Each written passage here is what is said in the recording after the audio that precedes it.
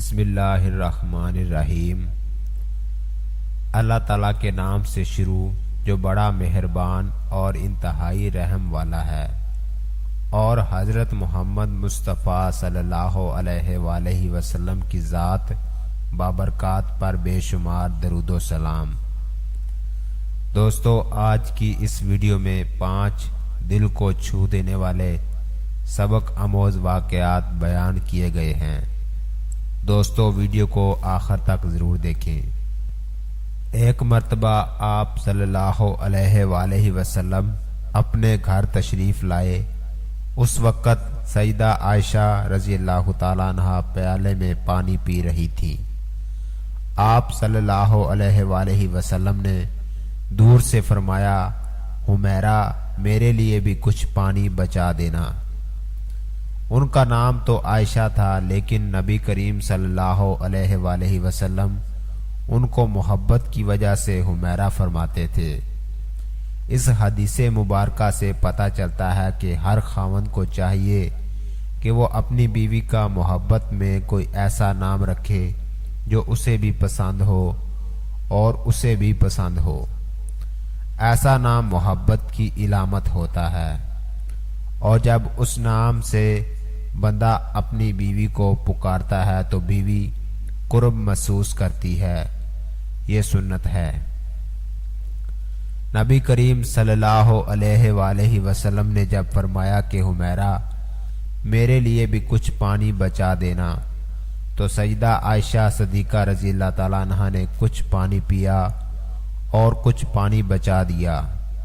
نبی کریم صلی اللہ علیہ وآلہ وسلم ان کے پاس تشریف لے گئے اور انہوں نے پیالہ حاضر خدمت کر دیا۔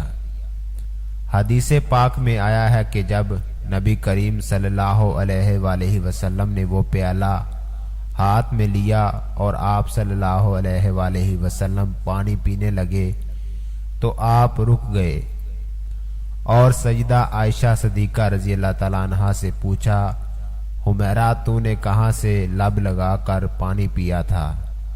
کس جگہ سے منہ لگا کر پانی پیا تھا؟ انہوں نے نشاندہی کی کہ میں نے یہاں سے پانی پیا تھا۔ حدیث پاک میں آیا ہے کہ نبی صلی اللہ علیہ وآلہ وسلم نے پیالے کے رخ کو پھیرا اور اپنے مبارک لب اسی جگہ پر لگا کر پانی نوش فرمایا۔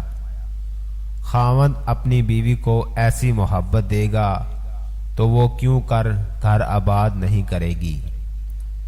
اب سوچئے کہ رحمت للعالمین تو آپ صلی اللہ علیہ وآلہ وسلم کی ذات مبارک ہے، اس کے باوجود آپ صلی اللہ علیہ وآلہ وسلم نے اپنی اہلیہ کا بچا ہوا پانی پیا۔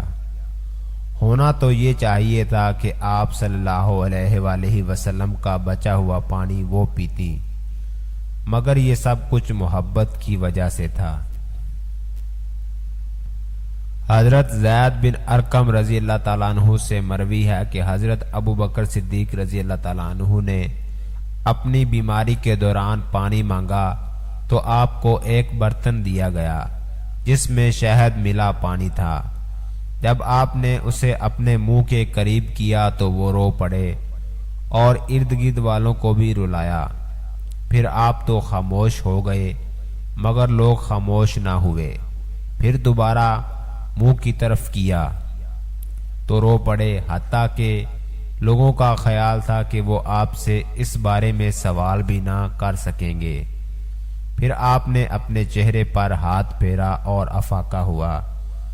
تب لوگوں نے پوچھا، اس رونے پر آپ کو کس چیز نے ابھارا؟ فرمایا، ایک دفعہ جب میں حضور نبی کریم صلی اللہ علیہ وآلہ وسلم کے ساتھ تھا تو آپ صلی اللہ علیہ وسلم اپنے آپ سے کسی چیز کو ہٹانے لگے اور فرمانے لگے، مجھ سے ہٹ جا، دور ہو جا، حالانکہ میں آپ کے ساتھ کسی کو بھی نہیں دیکھ رہا تھا۔ میں نے عرض کیا، یا رسول اللہ، میں نے آپ کو اپنے آپ سے کوئی چیز ہٹاتے دیکھا، حالانکہ میں آپ کے ساتھ کسی کو بھی نہیں دیکھتا۔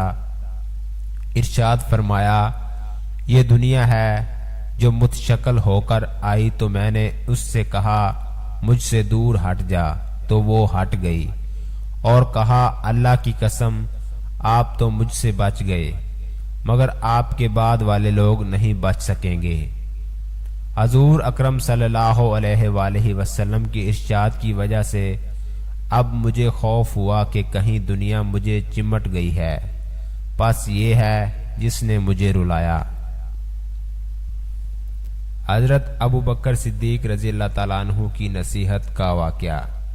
حضرت عبد الرحمن بن عبداللہ بن ثابت رحمۃ اللہ علیہ سے مروی ہے کہ جب حضرت ابو بکر صدیق رضی اللہ تعالیٰ عنہ کی وفات کا وقت قریب آیا تو حضرت عمر فاروق رضی اللہ تعالیٰ عنہ کو بلوایا اور ان سے فرمایا، اے عمر، اللہ سے ڈرتے رہو اور یقین رکھو کہ اللہ تعالیٰ کے لیے ایک عمل دن کا ہے جسے وہ رات کو قبول نہیں فرماتا، اور ایک عمل رات میں ہے جسے وہ دن میں قبول نہیں فرماتا، اور یہ کہ اللہ تعالیٰ نوافل کو قبول نہیں فرماتا جب تک کہ تو فرض ادا نہ کر لے، اور اسی کے اعمال بھاری ہیں جس کے اعمال قیامت کے دن دنیا میں اتباع حق کی وجہ سے بھاری رہے، اور وہ اس کو لوگوں پر بھاری کر دیں گے، اور وہ ترازو جس میں کل کو حق رکھا جائے اس کا حق ہے کہ وہ بھاری ہو جائے،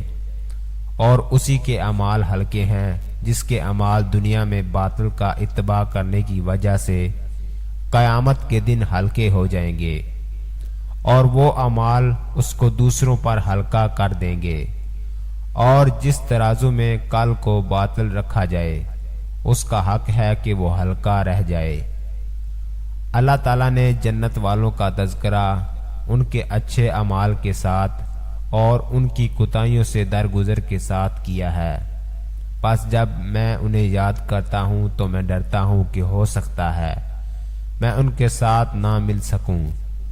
اور اللہ تعالیٰ نے جہنم والوں کا تذکرہ ان کے برے اعمالوں کے ساتھ اور اچھے اعمالوں کو ان پر لوٹا دینے کے ساتھ کیا ہے، پس جب میں ان کو یاد کرتا ہوں تو مجھے امید ہوتی ہے کہ میں ایسے لوگوں کے ساتھ نہیں ہوں گا، تاکہ بندہ امید بھی رکھے اور خوف بھی، نہ تو اللہ تعالیٰ پر تمنائیں رکھے اور نہ ہی اس کی رحمت سے مایوس ہو جائے۔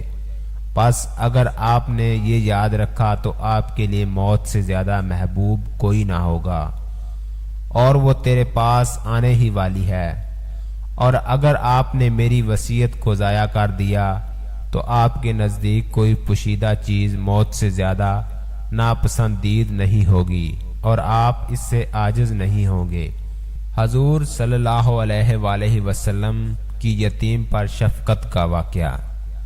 نبی علیہ الصلوۃ والسلام عید کے دن گھر سے مسجد کی طرف تشریف لانے لگے۔ راستے میں آپ صلی اللہ علیہ وآلہ وسلم نے کچھ بچوں کو کھیلتے دیکھا۔ انہوں نے اچھے کپڑے پہنے ہوئے تھے۔ بچوں نے سلام عرض کیا تو نبی علیہ الصلوۃ والسلام نے جواب ارشاد فرمایا۔ اس کے بعد آپ صلی اللہ علیہ وآلہ وسلم آگے تشریف لے گئے تو ایک بچے کو خاموشی کے ساتھ اداس بیٹھے دیکھا۔ آپ صلی اللہ علیہ وآلہ وسلم اس کے قریب رک گئے۔ آپ صلی اللہ علیہ وآلہ وسلم نے اس بچے سے پوچھا کہ تمہیں کیا ہوا کہ تم اداس اور پریشان نظر آ رہے ہو؟ اس نے رو کر کہا، اے اللہ کے محبوب، میں یتیم مدینہ ہوں، میرے سر پر باپ کا سایہ نہیں جو میرے لیے کپڑے لا دیتا، میری امی مجھے نہلا کر کپڑے پہنا دیتی، اس لیے میں یہاں اداس بیٹھا ہوں۔ نبی علیہ الصلوۃ والسلام نے اسے فرمایا کہ تم میرے ساتھ آؤ۔ آپ صلی اللہ علیہ وآلہ وسلم اسے لے کر واپس اپنے گھر تشریف لائے اور سیدہ عائشہ صدیقہ رضی اللہ تعالیٰ عنہا سے فرمایا، حمیرہ، انہوں نے عرض کیا، لبیک یا رسول اللہ، اے اللہ کے رسول، میں حاضر ہوں۔ آپ صلی اللہ علیہ وآلہ وسلم نے فرمایا، اس بچے کو نہلا دو۔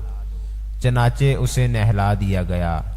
اتنے میں نبی کریم صلی اللہ علیہ وآلہ وسلم نے اپنی چادر کے 2 ٹکڑے کر دیے، کپڑے کا ایک ٹکڑا اسے تہبند کی طرح باندھ دیا اور دوسرا اس کے بدن پر لپیٹ دیا گیا۔ پھر اس کے سر پر تیل لگا کر کنگھی کی گئی، حتیٰ کہ جب وہ بچہ تیار ہو گیا اور نبی علیہ الصلوۃ والسلام کے ساتھ چلنے لگا تو نبی علیہ الصلوۃ والسلام نیچے بیٹھ گئے اور اس بچے کو فرمایا، آج تو پیدل چل کر مسجد میں نہیں جائے گا بلکہ میرے نبوت والے کندھوں پر سوار ہو کر جائے گا۔ نبی علیہ الصلوۃ والسلام نے اس بچے کو کندھوں پر سوار کر لیا اور اسی حالت میں اسی گلی میں تشریف لائے جس میں بچے کھیل رہے تھے۔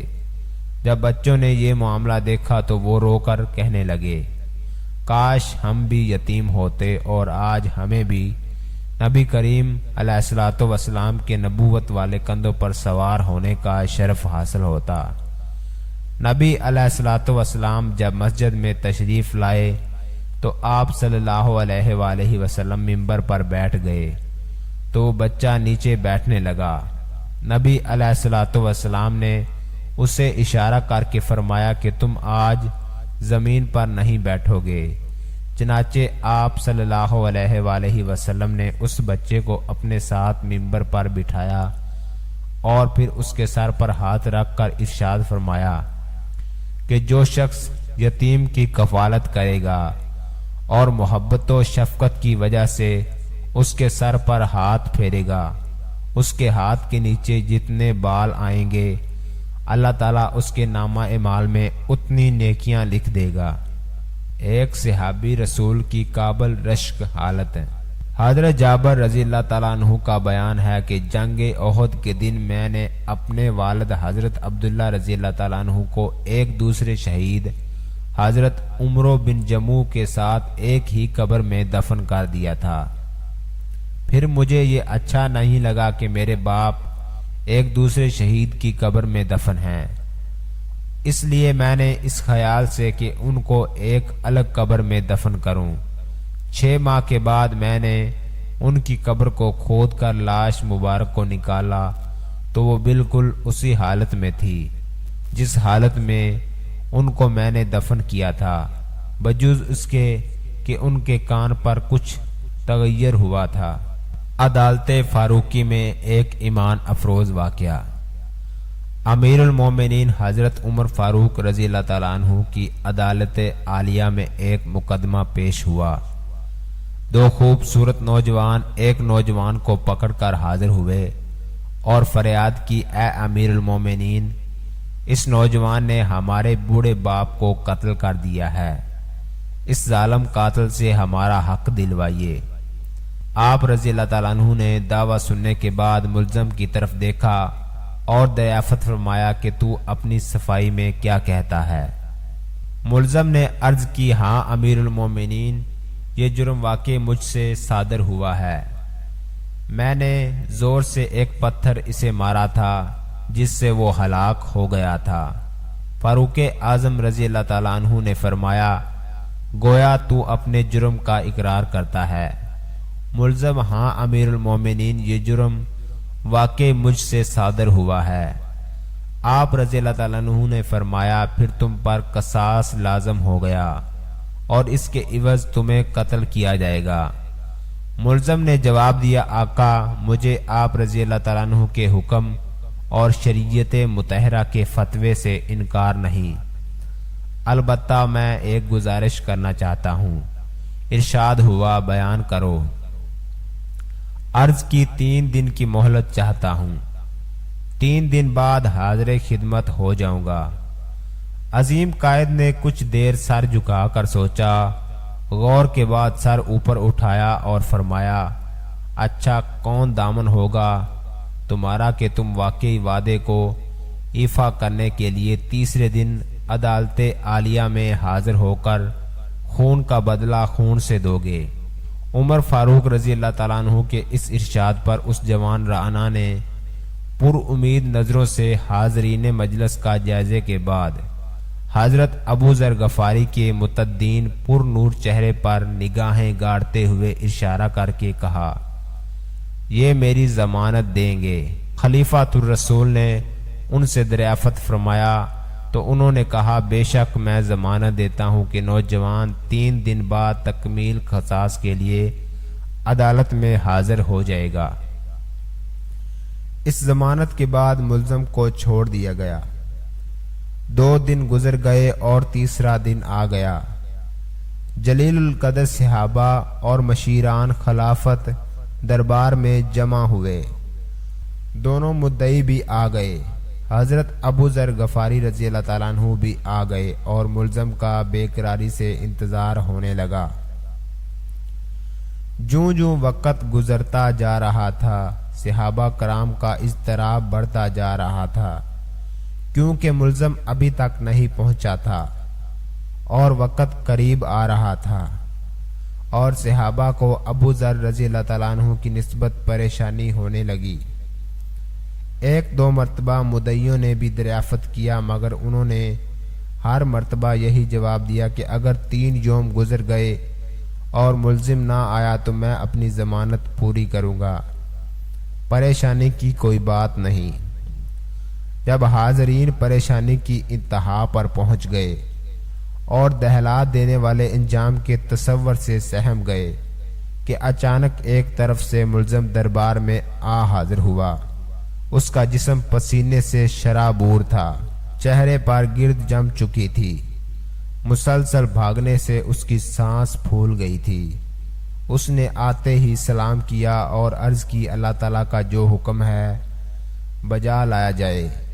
امانت کی سپردگی آپ رضی اللہ تعالیٰ عنہ کی دریافت کرنے پر ملزم نے بتایا کہ میں ایک امانت والے کے سپرد کرنے گیا تھا۔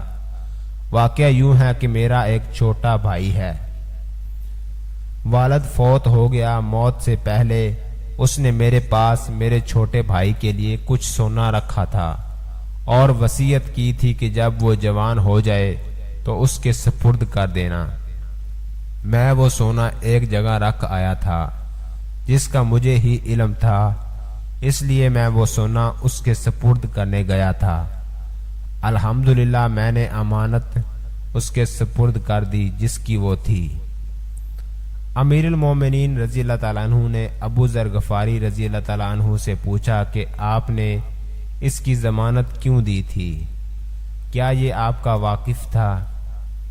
انہوں نے کہا میرا اس سے کوئی تعلق نہ تھا، صرف یہ بات تھی کہ جب اس نے پر امید نگاہوں سے میری طرف دیکھا تو مجھے خیال آیا کہ اگر بڑے مجمع میں بھی میں اس کی ضمانت نہ دوں تو کل قیامت کے دن رب العزت کے سامنے شرمندہ ہونا پڑے گا۔